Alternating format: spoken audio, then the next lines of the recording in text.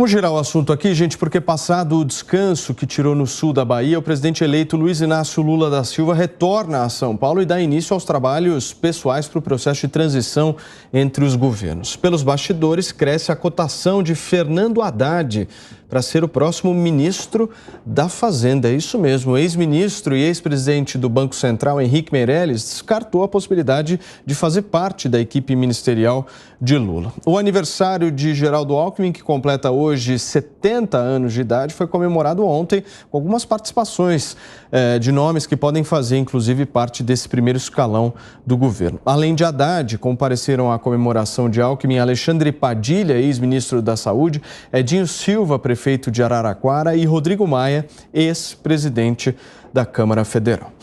Constantino, nós temos uma discussão agora de quem será o escolhido para a Fazenda, né? Nós já vimos alguns nomes, o próprio nome do Meirelles circulando bastante, hoje ele descartou essa possibilidade, mas eu quero uma análise sua sobre Fernando Haddad como ministro da Fazenda.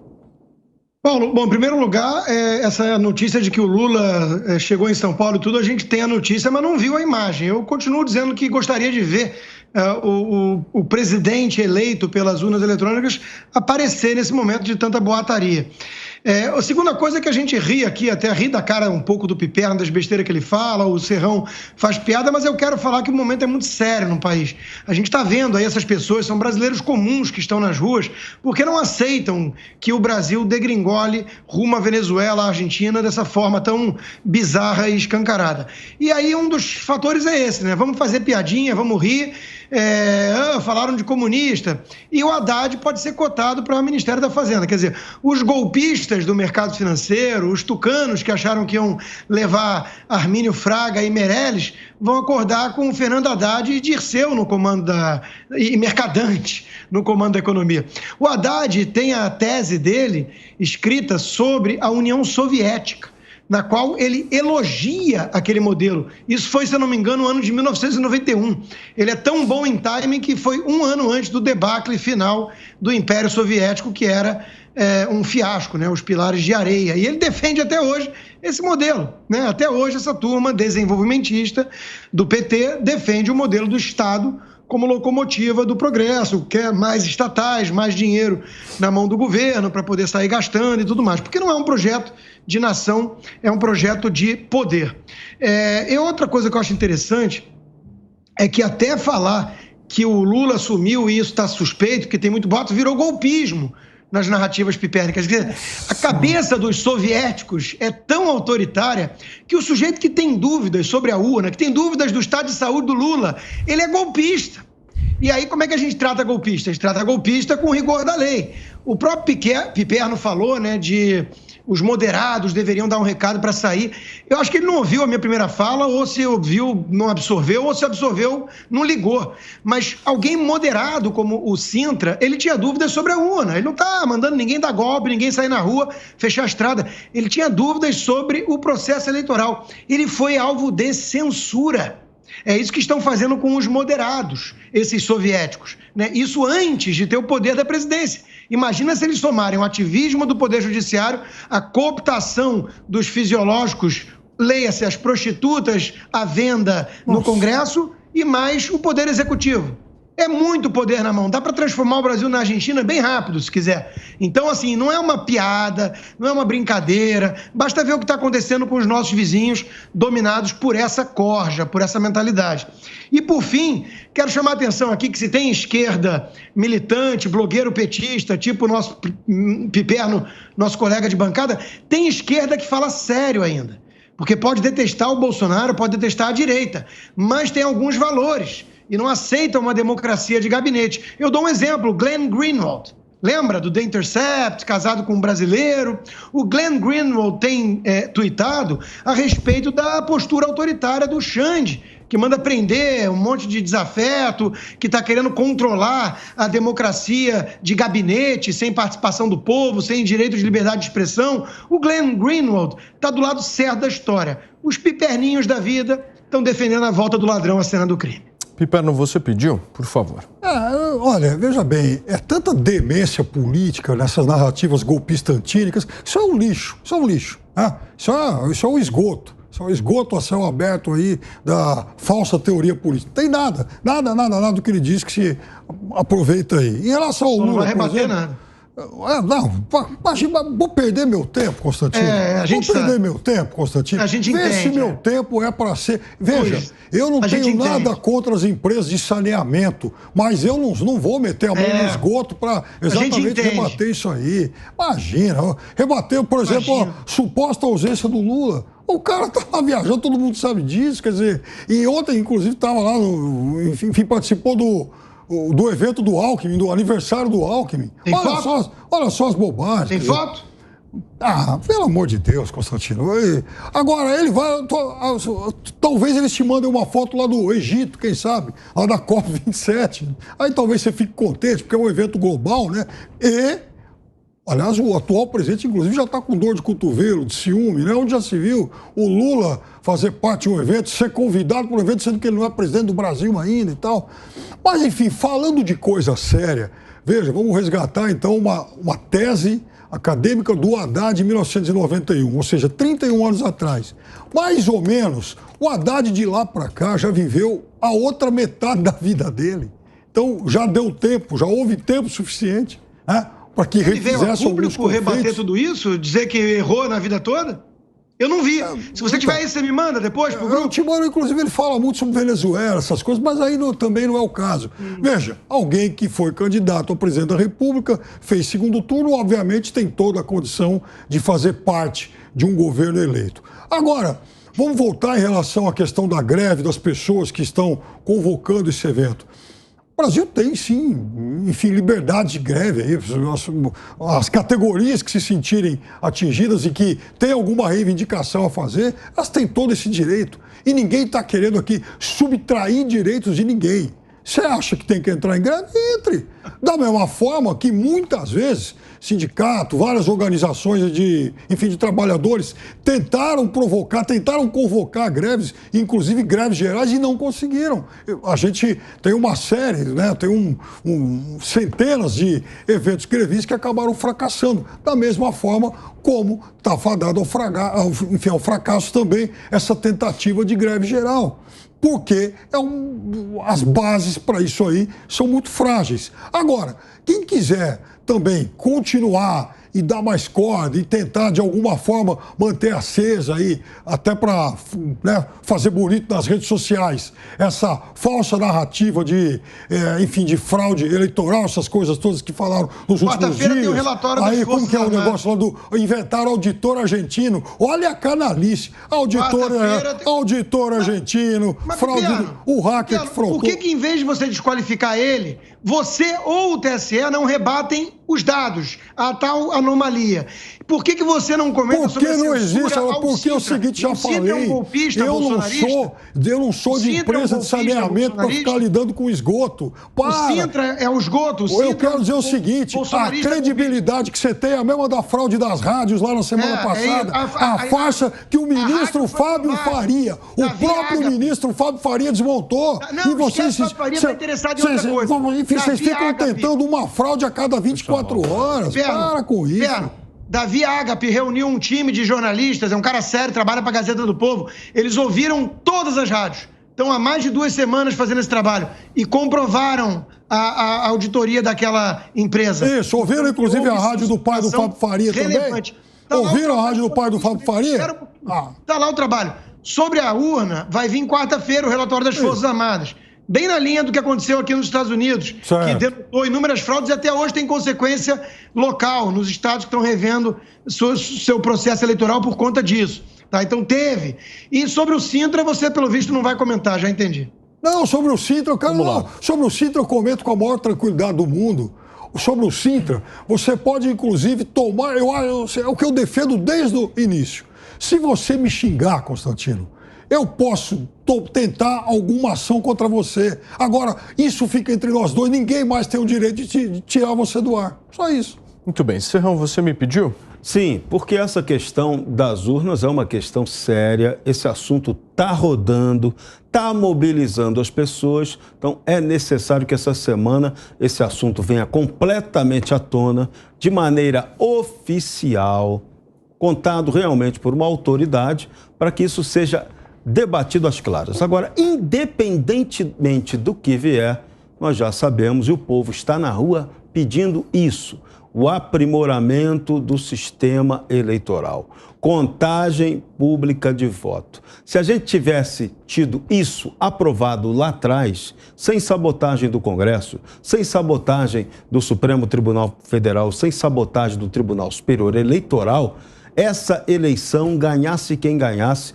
estaria com seu resultado incontestável.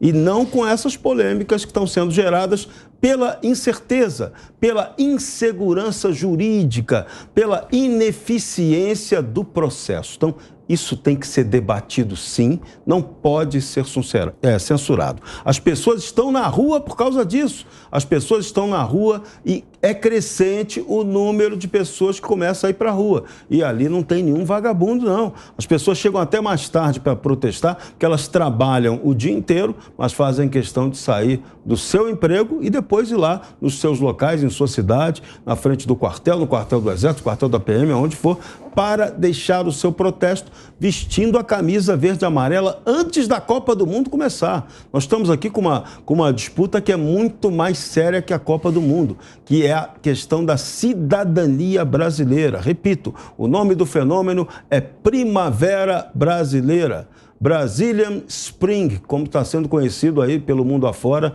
nas redes sociais. Então, as pessoas estão certas, têm legitimidade para protestar e a gente tem que exigir que o Brasil melhore, que haja um aprimoramento institucional e que, esse é o recado para o próximo governo, que quem ganhou a eleição ou quem chegou na frente desse processo eleitoral, ao assumir, ao ser reconhecido, que se assumir o governo, não cometa nenhuma barbaridade autoritária. Sobre Fernando Haddad, vamos lá, o PT pode nomear quem ele quiser para o Ministério da Fazenda que vai ser recriado. Quem já botou, quem já teve no governo, o médico Antônio Palocci Filho, que hoje está preso por corrupção, parece, né?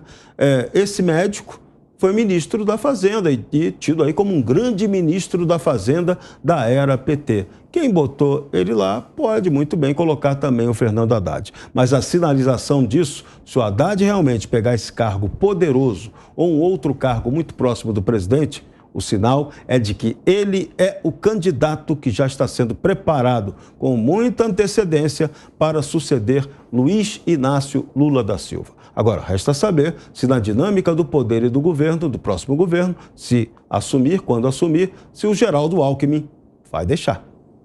Constantino, temos alguns nomes aqui que estão cotados para esse Ministério da Fazenda, que é justamente quem cuida de toda a política econômica. No caso atual, é o Ministério da Economia, capitaneado pelo Paulo Guedes. O presidente Jair Bolsonaro fez a junção de vários ministérios, incluindo Fazenda e Planejamento.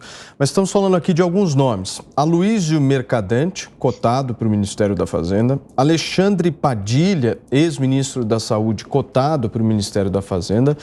E também Fernando Haddad, ex-ministro da Educação, cotado para a Fazenda. Se você tivesse que escolher, Constantino, um dos três, você escolheria qual? Veneno de cicuta. Não tem o menor risco de dar certo um troço desses, né? Não tem o menor risco.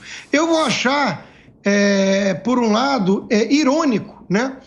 Os golpistas do mercado que ajudaram nesse trabalhinho de passar uma borracha no que o Lula fez no verão passado, junto com todos os seus comparsas, né? Armínio Fraga e companhia, né? Eles tendo que elogiar isso aí ou bancar o crítico desavisado, né? Puxa, não, tá dando errado, não, o caminho não é esse, né? Quer dizer, o sujeito finge que acredita no Lula reabilitado, no Lula moderado, no Lula de centro, só porque colocou o Alckmin a tiracolo. E dá poder para essa turma, quer ver o Brasil ir para o buraco. Talvez ganhe dinheiro com isso, né?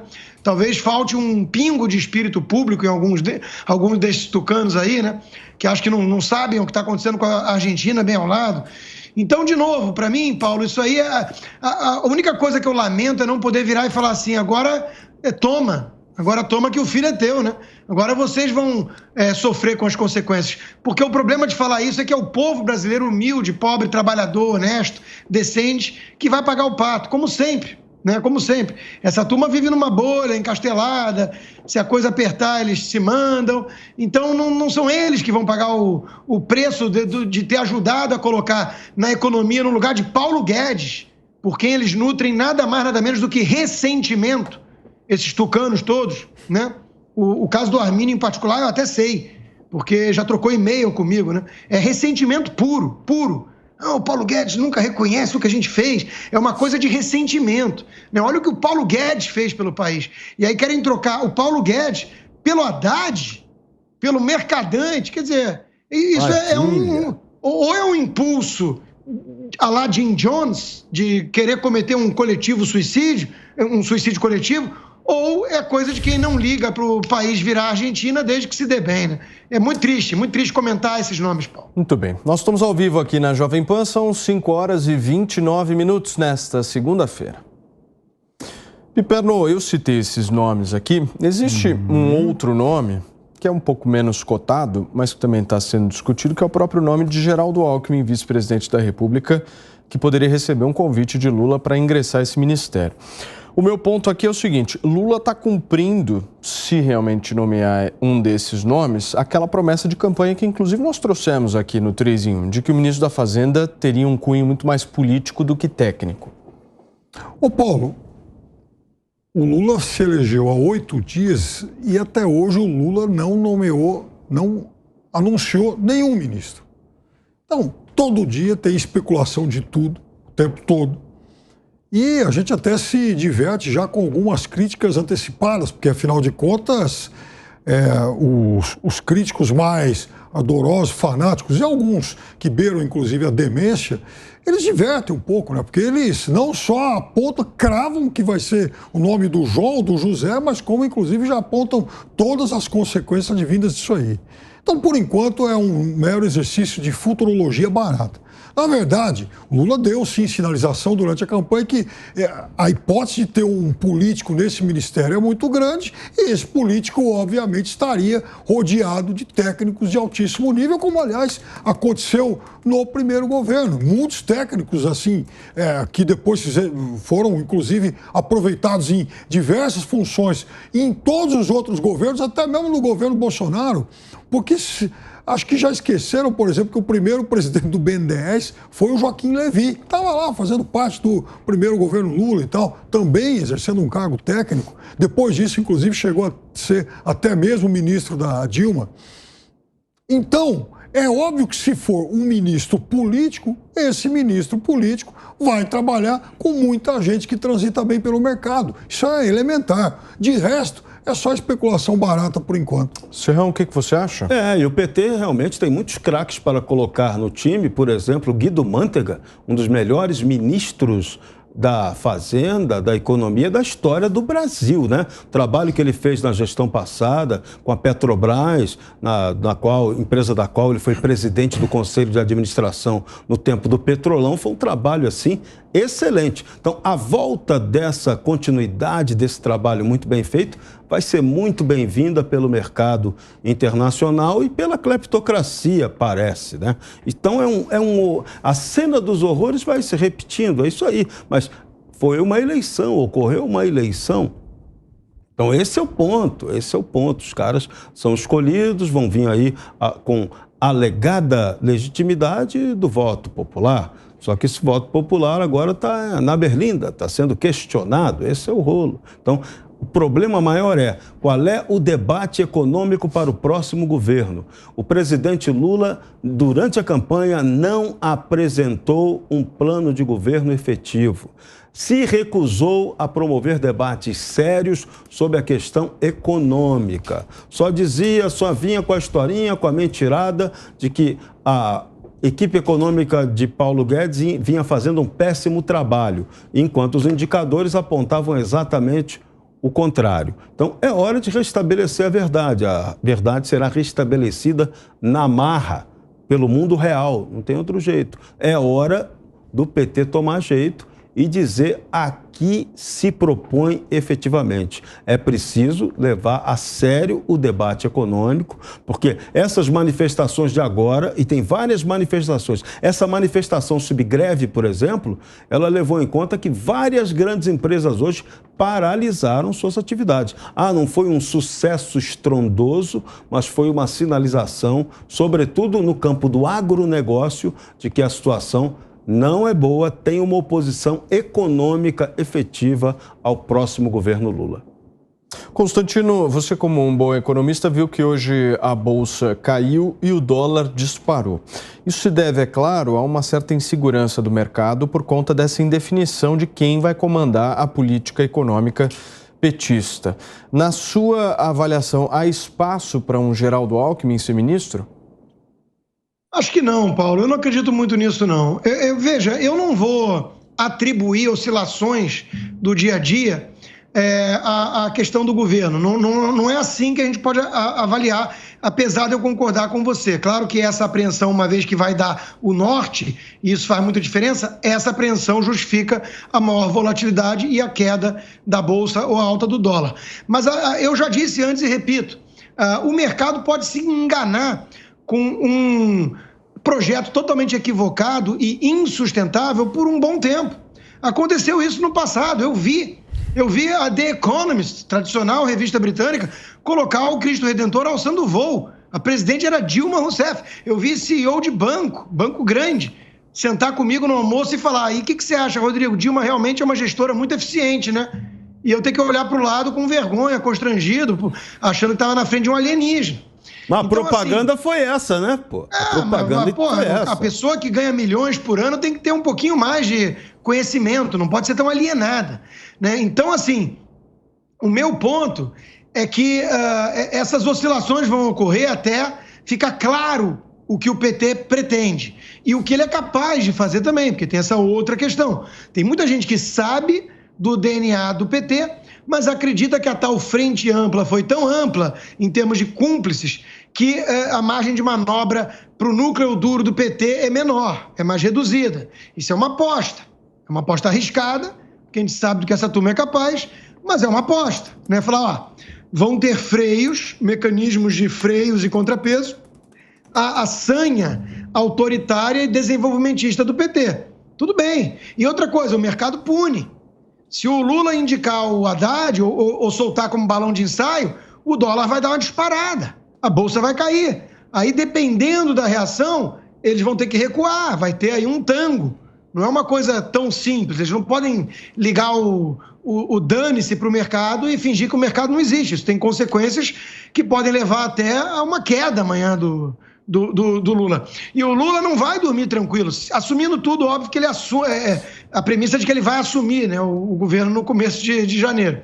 Isso está em dúvida, mas a verdade é que ele não vai dormir tranquilo, ele sabe que ele se juntou a grupos de interesse poderosíssimos que ele não era a escolha principal, ele foi era o que tinha para o jantar. Mas se eles puderem se livrar do PT, do Lula junto com Dirceu e Boulos e ficar com os tucanos, muitos desses grupos, alguns banqueiros, alguns veículos de comunicação topam isso num piscar de olhos. Então o Lula vai sempre patinar no gelo em relação a isso, né? Muito bem, Piperno, amanhã a agenda de Lula em Brasília tem 2 encontros, aliás, 3 encontros. Um com Arthur Lira, presidente da Câmara, o outro com Rodrigo Pacheco, presidente do Senado, e também vai se encontrar com a ministra Rosa Weber. O meu ponto que eu quero trazer aqui para a discussão dos senhores é o seguinte: você acha que o governo Lula apoia tanto Lira quanto Pacheco na eleição para tanto a Câmara Federal quanto o Senado no ano que vem? Serão os candidatos de Lula os que estão aí?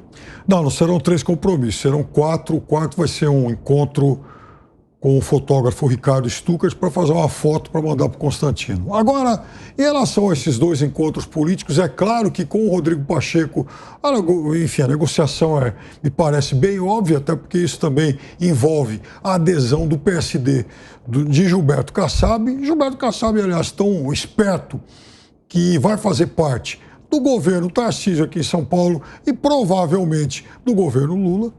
Em relação ao Lira, o que vai ser provavelmente conversado é que, se não houver um apoio explícito por parte do Lula, pelo menos o Lula vai se comprometer a não criar dificuldade para essa e para a reeleição do Lira, até porque os dois são experientes o suficiente para saber que um embate, que um confronto aberto agora seria muito ruim para os dois, especialmente para um governo que está chegando e que ainda tem essa questão da formação da maioria em andamento, em curso, tá? Lula não tem isso ainda, tem conversas bem encaminhadas, mas é óbvio que ele vai precisar negociar com todo mundo, com as várias forças.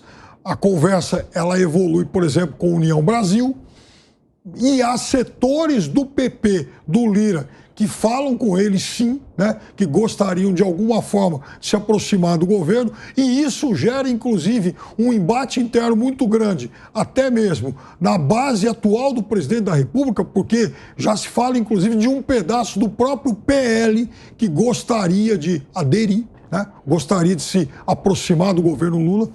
Então, vai ser, de fato, uma conversa para se estipular muito bem qual vai ser o caminho dessa tentativa de reeleição do Lira. Eu duvido que o presidente eleito coloque algum obstáculo para isso. Acho que, do ponto de vista político, arrumar esse rival agora, bater de peito aberto, não seria uma boa estratégia. Agora, também tem uma coisa: nenhum dos dois vai conseguir levar tudo. Eles vão estabelecer um modus aí de convivência. Só que eu também não creio que Arthur Lira consiga ser, a partir de agora, alguém tão influente na questão da, digamos, distribuição orçamentária que foi feita até aqui. Muito bem, Serrão, lembrando que o Lula, neste ano, inclusive nós divulgamos e relatamos aqui na Jovem Pan News, eu me lembro desse 3 em 1, Lula já chamou Lira de imperador. Não sei se você está lembrado disso. Pois é, e agora, humildemente, ele vai negociar com vários imperadores. Primeiro Lira, Rodrigo Pacheco, Rosa Weber e também um outro imperador muito importante, que dizem aí, né? Alexandre de Moraes. Lula é muito esperto. Ele sabe que o momento de agora é lançar esses factoides públicos para aparecer bem na foto. Aliás, as fotos serão muito bem feitas pelo Ricardo Stucker, filho, que me disse que assiste o nosso programa. Um abraço para ele. Ele que foi citado pelo Piperno, ainda agora o fotógrafo oficial de Lula, o homem que cuida da imagem de Lula. Agora, é importante que a gente volte a tocar na questão do papel do Geraldo Alckmin. Por quê? O Brasil é um país que pleiteia o ingresso na Organização para a Cooperação do Desenvolvimento Econômico. E um dos pressupostos para isso acontecer é que o Brasil crie o chamado centro de governo, que hoje não existe. Isso era um plano inicial do governo Bolsonaro, que deveria ter sido entregue para o vice-presidente Hamilton Mourão, que levaria muito bem essa tarefa, mas o presidente Bolsonaro não entendeu assim. Pelo projeto da campanha do Bolsonaro à reeleição, esse papel seria tocado pelo seu vice-presidente, que não foi eleito, General Braga Neto. E agora, quem ganhou a eleição, pelo menos até prova em contrário aí do rolo que está acontecendo, foi o PT. O ministro Alexandre de Moraes disse que Alckmin e Lula serão aí diplomados até o dia 19 de dezembro. Então, qual é o papel que pode sobrar para Alckmin? De ele ser esse cara que vai cuidar do centro de governo. Pode ser que esse seja o plano dedicado a ele, embora haja aí resistências dentro do PT de passar tanto poder gerencial ao Alckmin. Mas pode ser que esse papel aconteça para que ele cuide apenas da parte gerencial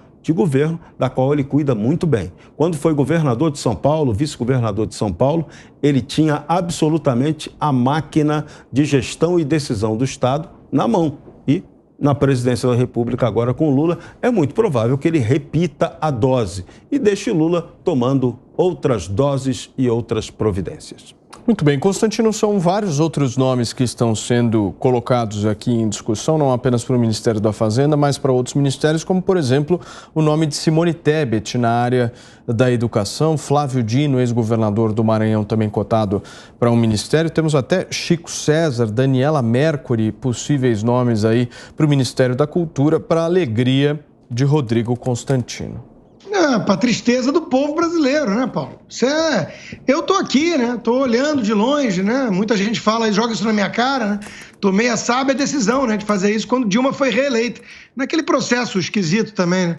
E não auditável, como os tucanos descobriram, contratando auditoria internacional. Agora veja, Paulo, os nomes que circundam o PT são muito ruins.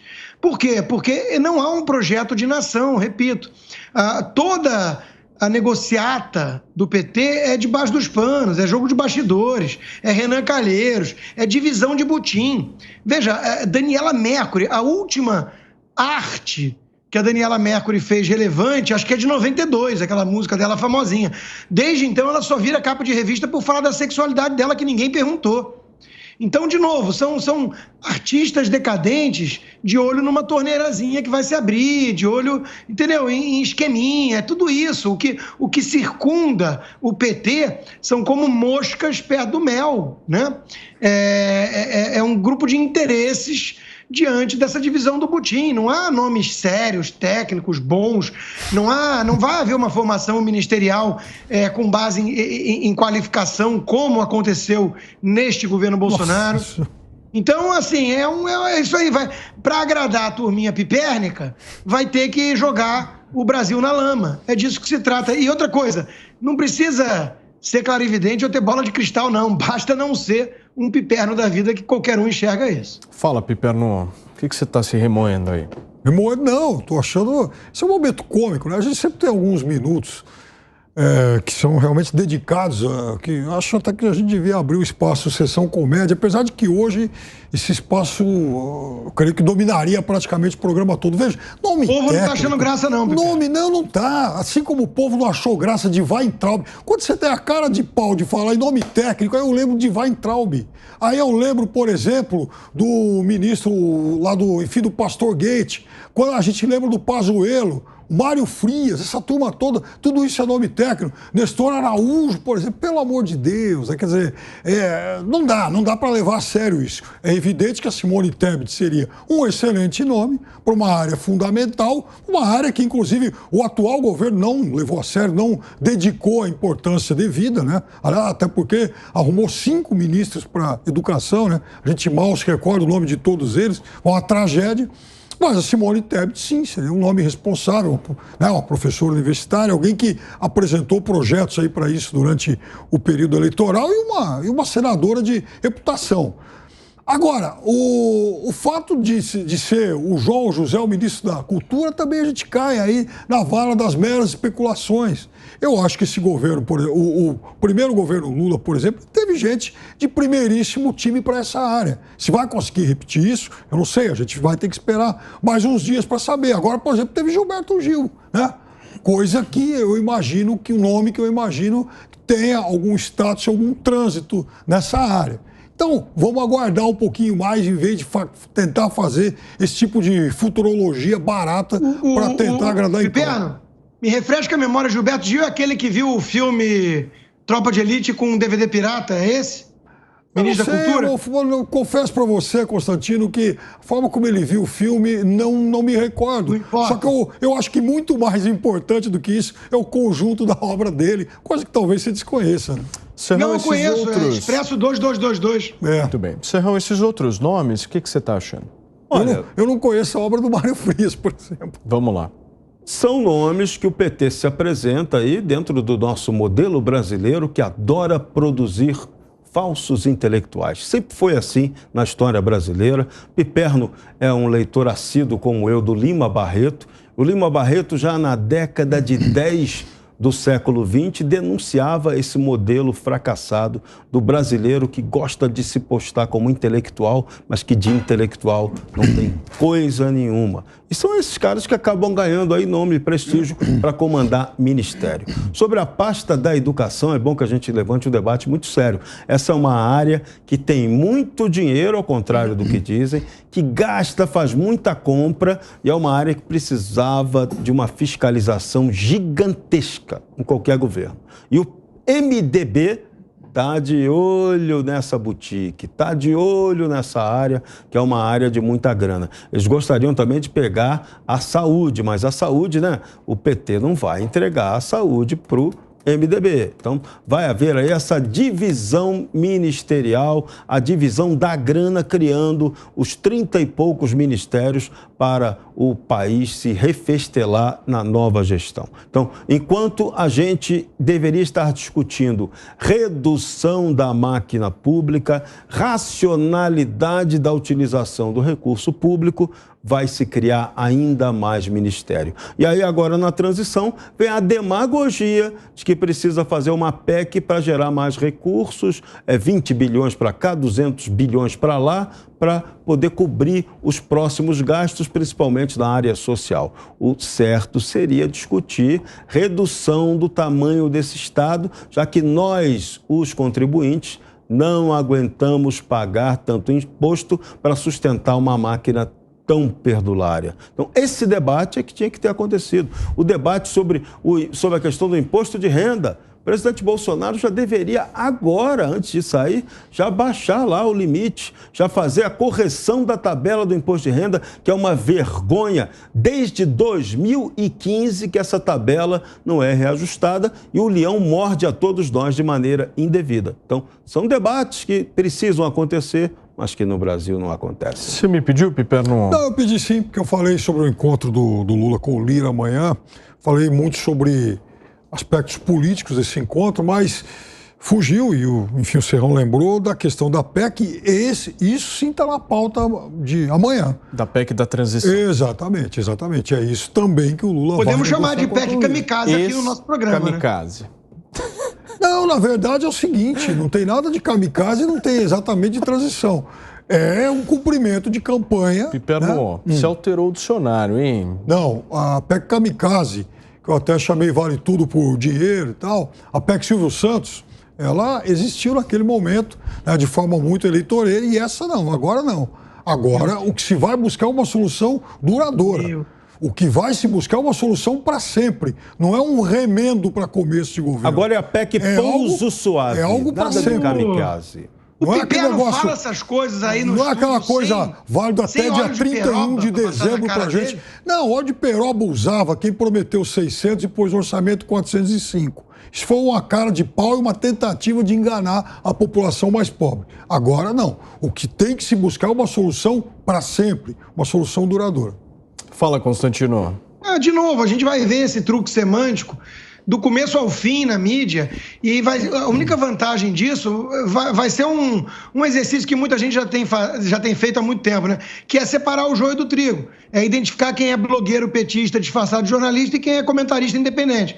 Então, quem fizer uso desse truque, desse malabarismo semântico, quem até ontem chamava orçamento secreto de orçamento secreto demonizando, e hoje chama de emenda de relator, quem até ontem chamava de PEC kamikaze, hoje chama de PEC de transição, a pessoa vai se entregando. Agora, Piperno não precisa ter pudor nenhum com isso. É o duplo pensar, é o duplo pensar. Orçamento secreto é orçamento secreto. Inclusive, a ministra Carmen Lúcia barrou uma parte disso aí, continua barrado lá e tal.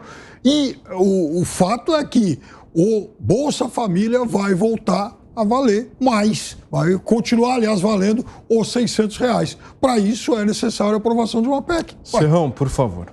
O Bolsa Família, que era o Auxílio Brasil, que agora volta a ser Bolsa Família. E, de novo, não temos um debate efetivo sobre a geração de renda e emprego para substituir esses penduricalhos, que aqui no Brasil querem tornar esses penduricalhos permanentes, para serem alvo, para servirem de demagogia eleitoreira. Que é isso, que é para isso que sempre serve esse tipo de auxílio no final das contas. Tem um papel de distribuição de renda? Tem, mas esse papel tem que ser temporário, planejado. Você tem que pensar numa etapa posterior para essa turma ser incluída no emprego, começar a produzir efetivamente e não depender da migalhinha estatal. Mas o modelo que vem por aí, ele quer fazer o capimunismo no Brasil, não é nem o comunismo não. Aqui é capimunismo. É manter essa demagogia, manter o pobre sempre pobre, para que aquele pobre possa ser pobre na hora da votação. E, aliás, já que o presidente da República prometeu que o valor de R$600 seria mantido, o ideal seria que ele tratasse, inclusive, de resolver isso. Como a eleição já foi e ele não vai mover uma palha, então é lógico que tem que ser negociada essa PEC para que o próximo governo inicie cumprindo uma promessa de campanha. Quer falar, Constantino? Não, era só o que faltava, querer que o presidente Bolsonaro se mexa para fazer a promessa do Lula valer. Agora, a promessa dele também. É curioso, sim, mas ele não vai ser governo ano que vem, ao que tudo indica, né? É uma piada de mau gosto isso. Agora, em relação a essa história de cumprir promessas, eu acho engraçado isso, né? Porque o Trump aqui nos Estados Unidos e muita coisa do Brasil copia de maneira farsesca, né, o que aconteceu nos Estados Unidos. O Brasil está atrasado 2 anos em relação aos Estados Unidos. Mas o Trump, ele foi o único presidente, numa história recente, que realmente tentou levar a cabo todas as suas promessas. E foi muito atacado por isso, pela mídia, que ficava apavorada quando ele tentava fazer um muro. Pô, o cara ganhou falando de muro, né? Então é curioso isso, porque se o Lula não tem muitas promessas de campanha, não apresentou nem projeto. Mas se o Lula tiver que cumprir os seus acordos, as suas negociatas de bastidores com figuras como Renan Calheiros, o Brasil quebra de vez mesmo. É melhor que ele seja traidor. Só faltava realmente a sociedade, a mídia, o Congresso, enfim, apoiar algo sólido como a construção do muro. Quer dizer, apoiar uma promessa dessa. Isso é o fim, né? Você acha que é errado um país ter um muro para impedir a entrada ilegal? Nossa Senhora. Meu Deus do céu, até o Biden está fazendo isso.